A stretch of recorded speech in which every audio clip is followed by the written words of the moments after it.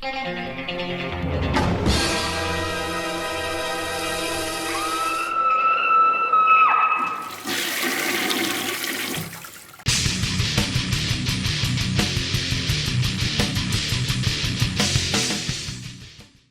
you doing? Jammin' John here from Thralls of Metal, bringing you yet another record review. This time it is sent to us by the guys over at Screaming Toilet. If you've never been to screamingtoilet.com, do yourself a favor and go. They review CDs, movies, books, games, things from the 80s.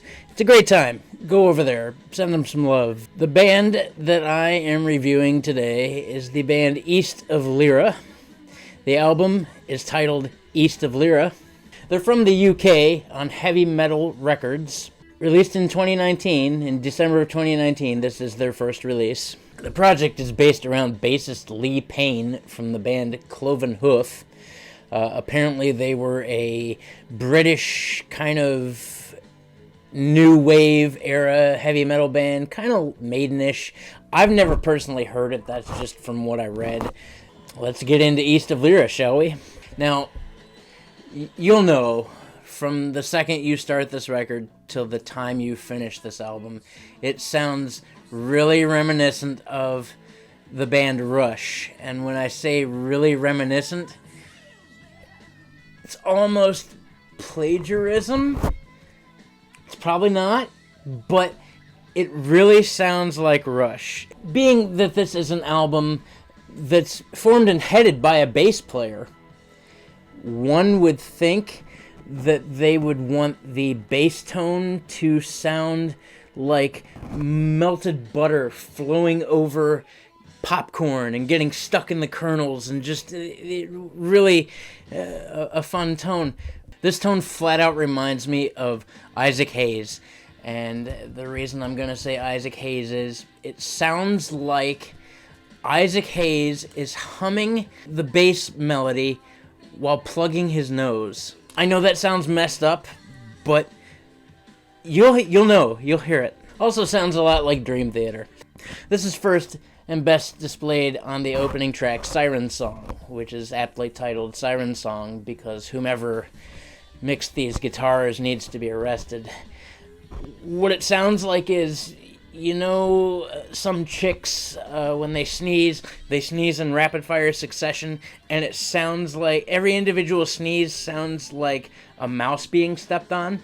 So I compared this to, like, Cinderella, and all the mice are running around trying to frantically get Cinderella ready for the ball, but then she gets an allergy attack and steps on all of them. That's really what it sounds like. I'm not going to totally shit on this band. The musicianship was decent. You know, I'm in a band.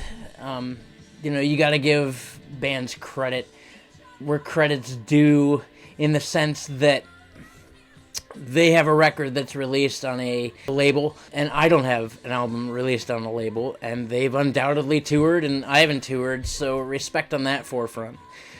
Really, the band overall sounds like a carbon copy of Rush, and yes, in the 80s, but a culmination of all of the songs that they have that you'd never want to listen to. I know that sounds harsh. Ultimately, it would be like if individual musicians from Rush, Dream Theater, Haken, and Yes got together and formed a cover band, except the cover band that they formed encompassed songs that were the worst songs from each of their individual catalogs. And as an added bonus, Geddy Lee didn't play bass, he played drums. And Mike Portnoy decided to step in on guitars. That's, I guess, my best comparison. Who likes cheese? I like cheese. Thankfully, I'm not lactose intolerant. I think our buddy Shred is, but it's not a big deal. Ballad like Too Late. My personal cheese favorite, Where the Heart Is. It's so difficult to differentiate between songs on this album as far as like standout moments, because again, like I said, it was just kind of like meat and potatoes of a world you don't really want to revisit. So I ended up making a lot of comparisons on this album that had nothing to do with the music itself, but moreover, like, metaphors that I saw, or comparisons to, like, Disney films, cartoons, old SNL sketches. So when I say cheese, that's like an overall factor. The song Stand Up has, bar none, the most disgustingly positive lyrics I think I've ever heard in a song. And they just have these moments where it's like rather epic, where again you could compare it to like the epic journey of a character in a late 80s comedy film who finds out at the end of the day that he doesn't have to be recircumcised in his ripe old age of 45. Like, just that epic moment where he realizes that he gets to keep whatever skin remains on his junk. And that's such an epic moment for a man. And that's what this song reminded me of. Songs like High and Mighty, that's another good descriptor. I smoked a joint during this song, and being high made it easier to digest the wheel of cheese they just fed me. Really, guys, I'm sorry. Reviewing this album kind of makes me feel like a grumpy old fuck, or a sarcastic asshole. And while both of those are relatively true, I don't want to fully rip on this band. They put out something that they're obviously fond of. You know, while I would say that this album definitely sounds like too many parts of the not good parts of the bands I like, they're doing something that they're passionate about.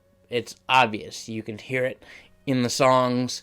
They're obviously, you know, paying homage to bands that deserve to be paid homage to. While I wouldn't necessarily take it in the direction that they've taken it, I respect them based on that. Overall, I'm going to give this record 2 stars. They tried. And that's a good thing. In fact, I would have given it 3 stars only because it was so fun to make comparisons. And I really wanted to read the notes that I wrote at work today, but Nick wouldn't let me. Nope. So, email me. I'll send you the transcripts. So, there we have it. I had a good time. I hope you had a good time. Definitely, once again, pay the homies over at Screaming Toilet a visit. Take a look through what they've got to share. There's a lot of fun stuff there. You could get lost for quite some time on that website. I know I have at work. Not important. That's all I've got for you fine folks. You take care.